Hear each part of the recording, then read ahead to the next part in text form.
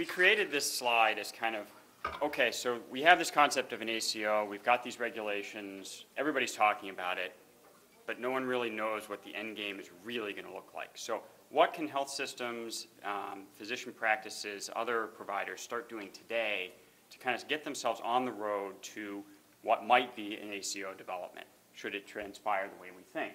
Some of the things that we think can be put in place or started to develop today that form the basis of the ACO are medical home, P4P programs, HIT, and then obviously we now have proposed regs on some sort of value-based purchasing, so figuring out how we're going to, in fiscal year 2013, take advantage of some of those payments.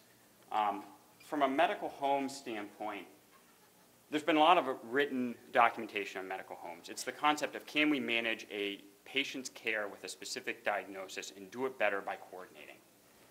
As Tracy mentioned earlier, the NCQA has come out with certain standards, all of which are in the slide packet. And what we've heard in looking at those standards, they're pretty difficult to meet. That being said, moving towards those standards and trying to put those standards in place in development of a medical home becomes very important, because that's what some insurers are actually going out and saying, listen, we like the concept of a medical home. We want something to kind of lay the groundwork and foundation for us. We're going to rely on the NCQA standards. So if you want an additional payment as a medical home, you have to qualify under here. In doing just a kind of straw poll in the Wisconsin market, we know of only one entity that has qualified under the NCQA standards. In looking at those standards, it's all going back to the big thing, which is next, health information technology. This is going to cut across every aspect of healthcare reform. Not because we want to get everybody an electronic medical record, meaningful use, HIT stimulus dollars, but because we need the data. We need that data to start looking at quality, to start revising how we're going to pay, shifting our payment strategy from paying for volume to paying for quality. Well, how do we pay for quality? We have to measure it against something. I like this slide because for me, it shows me exactly where we were and how we've gotten there. In the beginning, and this was a fact that I read in a book called Management Decisions of the Mayo Clinic. All physicians were keeping their own records. They had their books, they had their own records in their office. There was no coordination at all. Mayo Clinic in the early 1900s said, wait a second, we want to provide care differently. We are going to force our physicians to coordinate our care.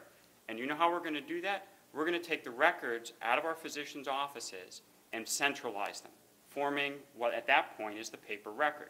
They actually designed an entire building. Their medical building that they designed in the 1900s was based upon being able to transmit those files with dumbwaiters and pulley systems up to a central repository where it was then assembled and sent back down to follow that patient.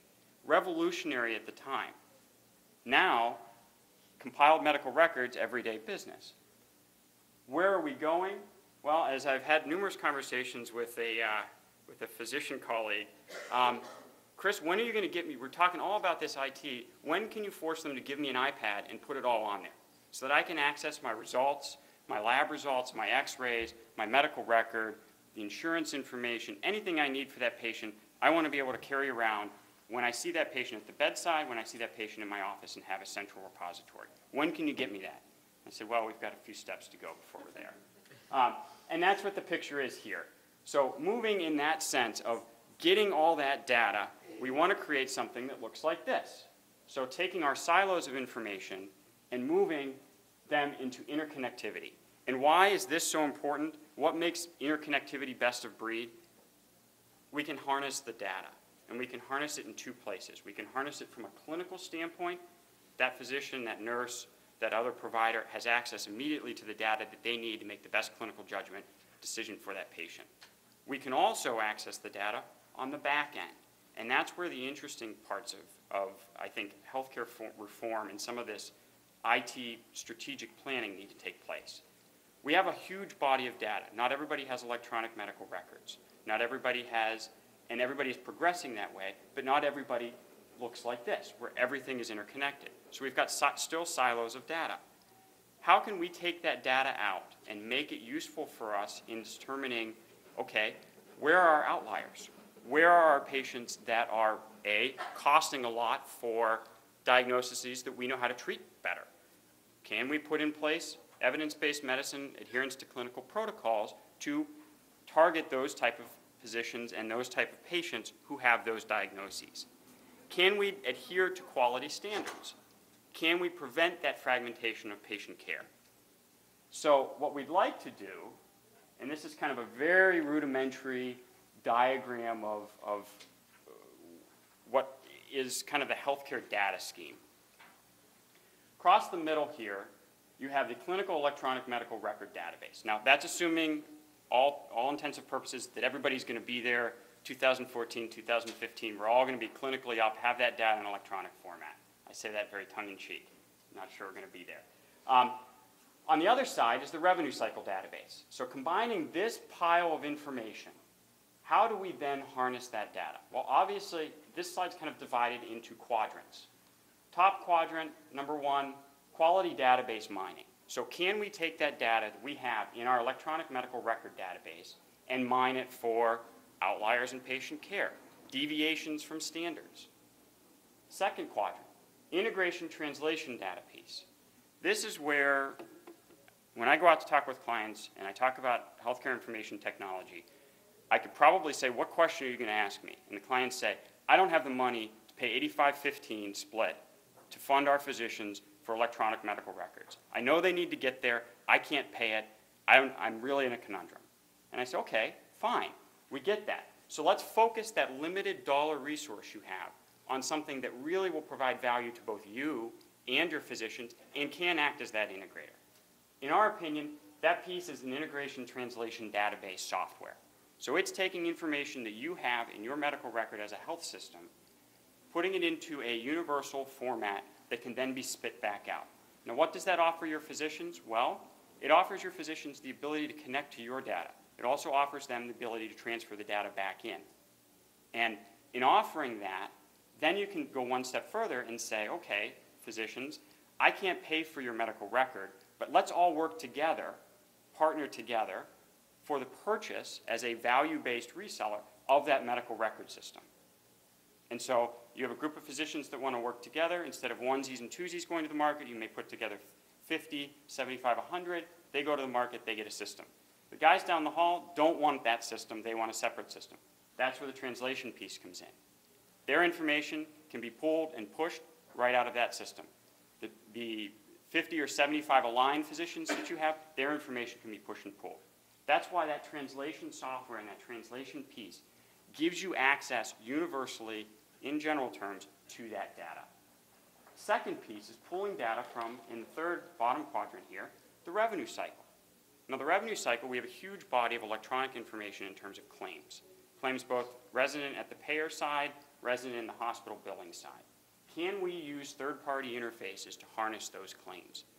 There are companies out there that have put together some very, very interesting packages that rely on getting claims data both out of the hospital, out of payers, anywhere that they can pull it in. They pull that claims data in, they populate it, and then they give you decision-making tools that you as a health provider, you as an employee benefits coordinator, you as a system can use to determine outliers, plan design, et cetera, all based upon that claims data. That becomes very, very important because it's a back check and a quick access point to some of the claims data that we may or may not be able to get out of in the electronic health record. Final quadrant, clinical decision support, evidence-based medicine. And this is where I'm kind of going to use this as a transition into the next piece. We have a body of knowledge right now from a clinical standpoint that says if you do X, Y, and Z, best case, that will produce a very positive result. So we've done research, we've done empirical studies. You give this drug, you do this procedure and this mechanism and these steps, you'll produce a positive result the majority of the time. Do we want to move in that direction? As a consumer of healthcare, if you tell me that my physician is going to be checked and I want my physician to think on his feet and be able to do things for himself, but I also want him to have all of that knowledge readily available to him. So that's the clinical decision-making piece that becomes so critical. So you look at this, and sometimes when you talk to physicians, they say, wait a second, you're trying to make me an auto mechanic. I get my instruction manual out, I say A, B, and C, we go down the thing. I'm not an auto mechanic. I agree with you 100%. Little side story. We're in a presentation, a former Blue Angels was presenting, and what his point was is he was talking about how adherence to day-to-day routine becomes critical and important. Checking yourself, constantly checking yourself. So he tells this story. This guy is a Blue Angel flight leader, mind you. He also, and this I thought was growing up in the 80s, very interesting, flew in Top Gun as one of the MiG pilots. So the guy obviously was very, very good. He had just finished a rotation on the Blue Angels. He's back out in his carrier group, been there for 2 years. He's now switching off, going somewhere else. And the new carrier, air group captain, whomever, I apologize if there are military people out there, I don't have my vernacular down, comes in, and his job and one of his colleagues is to take this guy up, fly around, kind of give him a test run, show him how they do things in this carrier air group. So they go up, just test flight. They're going to launch a couple of kind of simulation models. They go up, everybody's going on. He's supposed to simulate attacking another enemy plane that's trying to penetrate the carrier group. So he's like, I'm cocky, I'm a Blue Angel, I flew in Top Gun. He said, pilots always carry this little book that they put on their knee that it's a flip book. It's an instruction manual. It gives you A, B, C, D, E. And he said there's something for everything, from turning the engine on to firing the gun. And you just flip to the right page and you go. He said, I knew this. I've been doing this for years and years and years. I got cocky. I said, no, I'm going to do it up here because this is better than this. He did it.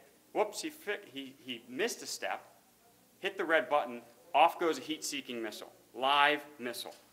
Okay? So now there's this huge panic. Everybody's panicking. What's going on? No one gets injured. They get down. Immediately, he walks in, his captain of the carrier, terribly angry. What went wrong? What went wrong? He said, we need a debrief. We need to sit down right now. We need to walk through and fix this process. What happened? I didn't adhere to my protocol. But that wasn't the only thing. Why are we carrying live missiles on a training run when there's no enemy anywhere around us? We're not even tasked to protect the carrier. That resulted in that comment, that debrief, that walking through those protocols resulted in a complete change in the way that Navy did something. So, and I use that story to illustrate to doctors, listen, checklist is there as a support. And guess what? We can make the checklist better because you're smarter than the checklist. So don't think it's turning you into an auto mechanic.